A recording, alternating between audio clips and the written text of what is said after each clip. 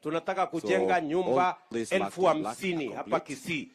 Mnanisikia? Nyumba 1000 ngapi? 50,000. Tunaanza awamu ya kwanza na nyumba 3,000. Mimi nitakuja hapa kabla ya December kuja kuzianzisha. Before December I'll be here. Tunaelewana? Na hiyo nyumba 3,000 ya kwanza tunahitaji vijana 5,000 watakaofanya hiyo kazi. Vijana mko? Vijana wa hapa Nyamasege mko? Ama nyinyi ni wale wa kuchagua jembe? It's a portfolio of sisi tulikubaliana kazi ni kazi. And then it's a total of 19 billion. Then the ones that are complete is 224, which are part of this.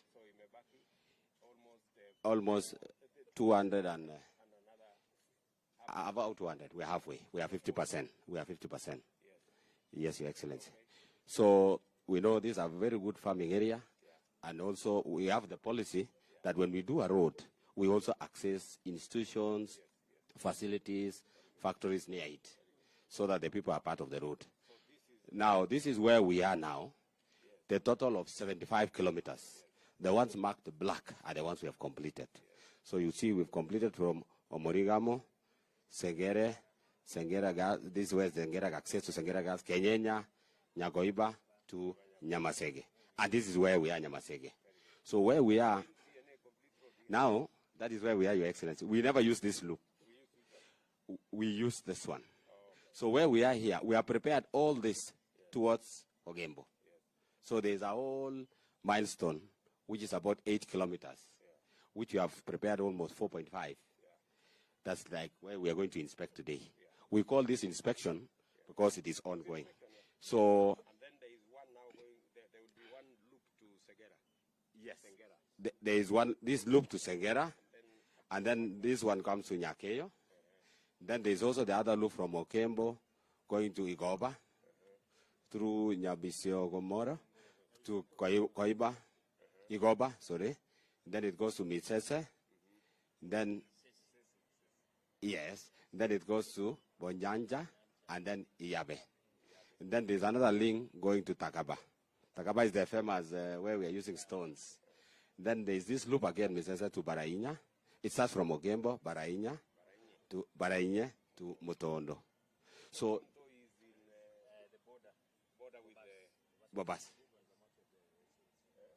Yeah, there's a market in Motondo. Yes, and then there is also a market in the other place, Mogonga. Yes. So we are also going to connect Misese to Barainya. Barainya.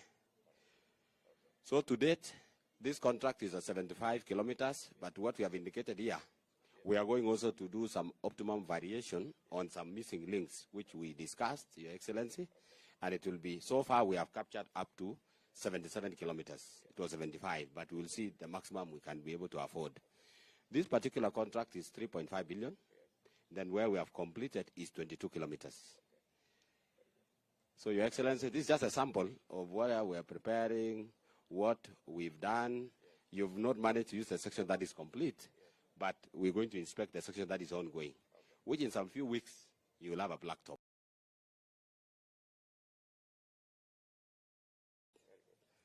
Yes, Your Excellency. This is the impression of the road to be.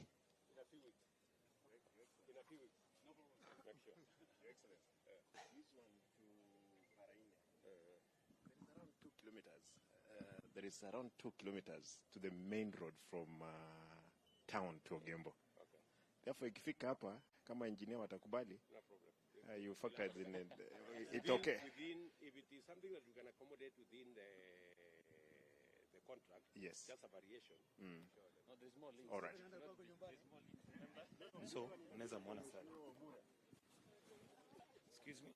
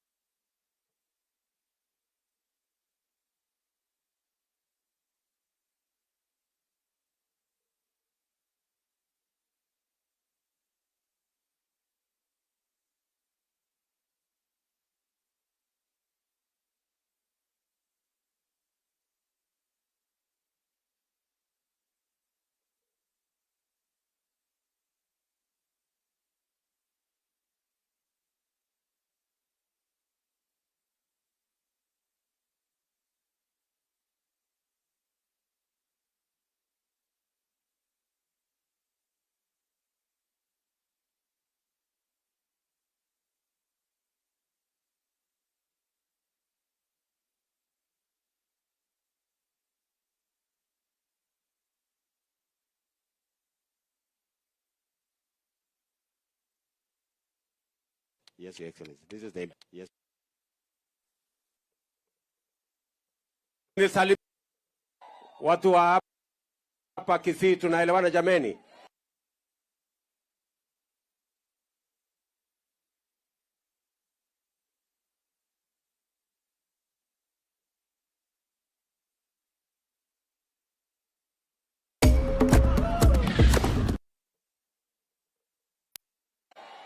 Sisi tumekubaliana nyinyi mpya 15 zenye serikali kanta iliko joliari fan yo tuko kitutu chache no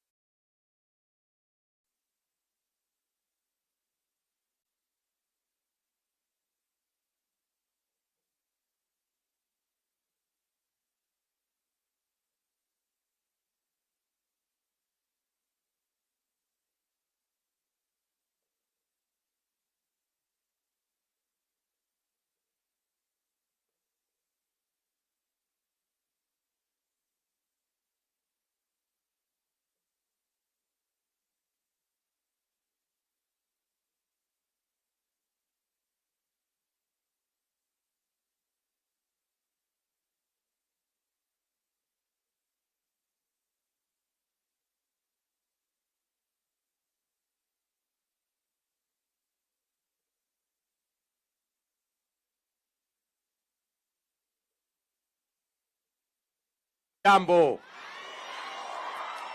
abantu bami ntombo ya more mbuya more naende Nyasaye no muya chinga kichionzi.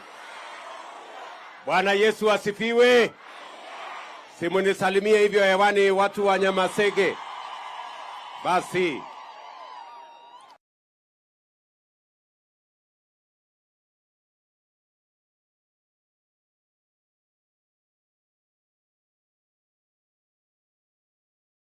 kwanza mimi nataka niseme asante sana jameni kwa kunikaribisha hapa Nyamasege katika constituency hii ya rafiki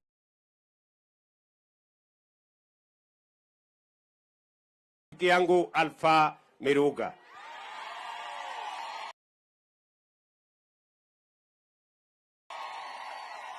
Wacha nichukue nafasi hii ya kwanza kuwashukuru watu wa Kisii na watu wa Bomachoge Chache kwa kunipatia kura zenu, mukatupatia imani yenu, mukatusaidia na maombi, ndio Mungu akatupatia